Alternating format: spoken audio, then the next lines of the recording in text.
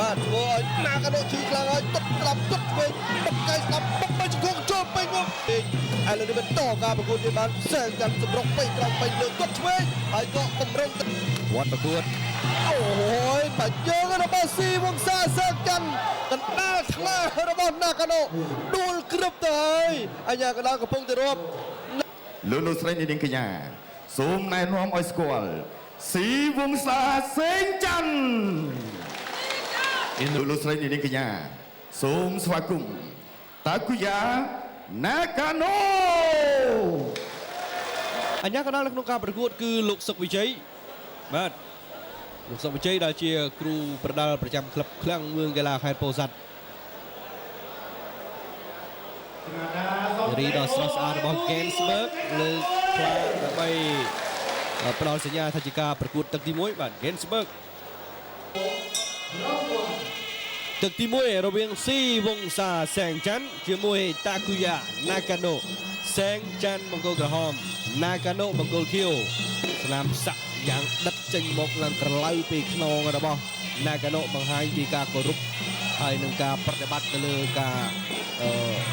ផ្នែកជំនឿបាទផ្នែកជំនឿបែបមានអាគមក្នុងខ្លួនបាទ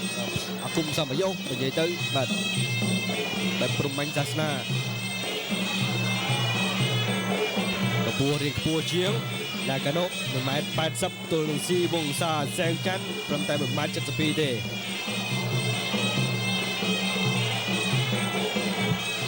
គាត់ជើងក្រោមពីណាកាណូសែងច័ន្ទមិនតន់តបគាត់ទៅវិញចង់ដឹងតែកម្លាំងនៃការរងធ្ងន់ប៉ុណ្ណាដែរបាទដូចជាគូមុនអញ្ចឹងពៅសាក់សិទ្ធហើយនឹងកីឡាករបារាំងឡាឡេម៉ង់គាត់នៅទឹកទី1ចេញមកកីឡាករបារាំងឡាឡេម៉ង់ក៏ជ្រុលគិតថាអូយមិនធម្មតាទេតែទីបំផុតដោយសារតែកម្លាំងស៊ូរបស់ពៅសាក់សិទ្ធខ្លាំងទើបធ្វើឲ្យឡាឡេម៉ង់អស់គាត់ទឹក3មើលចេញកំសួលមកគឺអស់ច្រើនមែនទែនជាពិសេសគឺការព្យាយាមទាត់ជើងនៅក្នុងទឹក2របស់ពៅសាក់សិទ្ធហើយមកមើលកីឡាករឡាវនេះបន្តទៀតជាមួយនឹងណាកាណូគាត់ឆ្វេងរងឃុំយល់មួយសែងកាន់ឆ្វេងទៅវិញរៀងរហ័សជាងមុនបន្តិចយកតិចធាក់ស្ដាប់មួយជើងកណ្ដាលដើរទ្រូងពីសែងច័ន្ទទៅលើណាកាណូក៏ប្រវត្តិមកស្រុកខ្មែរលើកដំបូងសែងច័ន្ទក៏ប្រវត្តិមកស្រុកខ្មែរលើកដំបូងការជួបគ្នាលើកដំបូងរបស់គេពិតជាបន្សល់នៅស្នាមអនុស្សាវរីយ៍ច្រើននៅក្នុងព្រឹត្តិការណ៍ដែល CGN តែងតែបង្កើតជារៀងរាល់ឆ្នាំបាទមិនជើងទូលកញ្ចឹងក៏ពីសែងច័ន្ទទៅលើណាកាណូដោយតាមជើងតែណាកាណូចិត្តធ្ងន់ចិត្តត្រជាក់មែនទែនគាត់មួយស្ទង់មើលកម្លាំងសិនទាត់ជើងក្រោមនៅពេលដែលសែងច័ន្ទចង់ស្ទុះចូលក៏បង្ហើយបានមួយជើងថែមមួយជើងទៀតលើកនេះរងឃុំបានណាកាណូមុខស្រស់សង្ហាទាត់ជើងក្រោមយល់ឃុំមួយទៅតាមចង្វាក់ភ្លេងធាក់មួយជើងលបើកឃុំរបស់ណាកាណូតែធាក់មិនដល់ដើមទ្រូងទេណាកាណូក៏និយាយទៅឈៀតទៅមុខម្នាក់បន្តិចទាំងខាងណាឈៀតខាងនោះថយខាងមកខាងទៀតថយចាប់ជើងគាត់មួយជើងបោះឃុំណាកាណូរងល្អទឹកជើងក្រោមរៀងខ្លួនម្នាក់មួយជើងសម្លឹងក្រោមផងសម្លឹងលើផងស៊ីវង្សាសែងច័ន្ទកំពុងសម្លឹងមុខដ៏ស្រស់ស្អាតរបស់កីឡាករជប៉ុនទាត់ជើងក្រោមខាងជប៉ុនពិតជាចិត្តត្រជាក់មែនយើងមើលទៅការតាំងឃុំការគិតរបស់គាត់គឺពិតជាមួយទៅតាមចង្វាក់ស្ថានភាពជាក់ស្ដែងហើយក៏កន្លងផុតទៅមួយទឹកដែរកញ្ញាដ៏ស្រស់ស្អាតស្រស់សោភារបស់ Gensberg បានលើកផ្លាបង្ហាញនៅទឹកទី2បាទ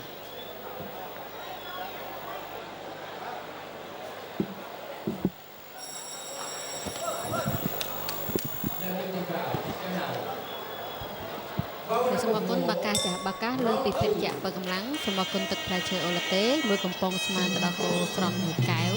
សូមអរគុណអាឡិចសងវីស្គីពិសាវីស្គីប៉ាត់ពិសាអាឡិចសងវីស្គីបាទទស្សនាជាបន្តទឹក2រវាងស៊ីវង្សាសែងច័ន្ទរបស់ឡាវបង្គោលក្រហមជាមួយតាគូយ៉ាណាកាណូរបស់ជប៉ុនបង្គោលខៀវទឹកមួយកន្លងទៅកីឡាករណាកាណូពិតជាស្ងប់មែនទែនបាទស្ងប់មែនទែនក្បួនវាយរបស់គេមិនច្រឡោតតែមិនមែនថាសែងច័ន្ទច្រឡោតទេតែសែងច័ន្ទចេញច្រើនទៅជាងណាកាណូ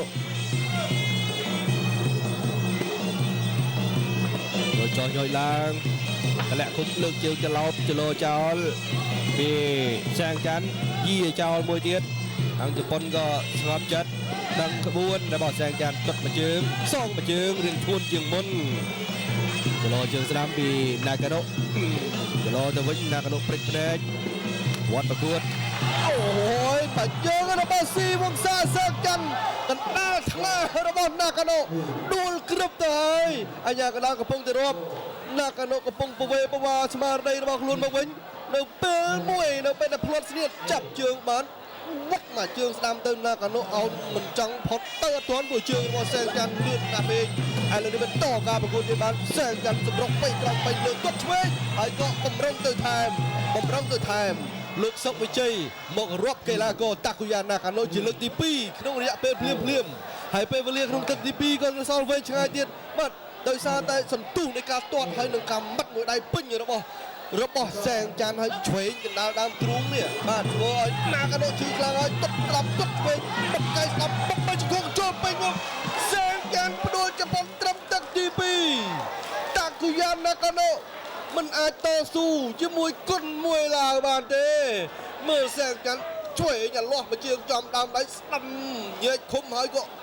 វត្តមកជង្គង់ទៅទៀតទោះបីជាយ៉ាងណាក៏កីឡាករជប៉ុនដឹងពីសន្ទុះរបស់មួយឡើយថាពិតជាល្អដល់កម្រិតណាបាទសែងច័ន្ទវាយតាមប្លង់ល្អណាស់បាទវាយតាមប្លង់ល្អមែនទែនបើសិនជាវាយស្ដាំចន្លោះឆ្វេងវាយឆ្វេងឲ្យខ្ទាតខាងស្ដាំចន្លោះស្ដាំវាយស្ដាំទៅវិញពិតជាល្អមែនទែនស៊ីវង្សាសែងច័ន្ទជើងខ្លាំងប្រចាំប្រទេសឡាវ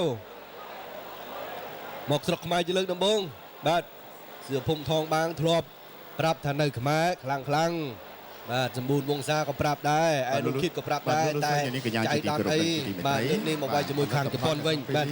គឺបានទៅលើបង្គោលក្រហមកីឡាករមកពីប្រទេសថៃឈ្នះសម្លាប់នៅក្នុងទឹកទី2គឺប្រដាល់បាន1នាទី45វិនាទីអបអរសាទរចំពោះកីឡាករមកពីប្រទេសឡាវបាន Ladies and gentlemen, with a victory by knockout at 1 minute 45 the second round, Sivongsa Sengchan. ខ្ញុំបានសូមអនុញ្ញាតសូមគោរពអញ្ជើញលោកណាម៉ូតូផ្ដល់កិត្តិយសដើម្បីផ្ដល់បាទពានកិត្តិយសជូនដល់កីឡាករសូមគោរពអញ្ជើញបាទ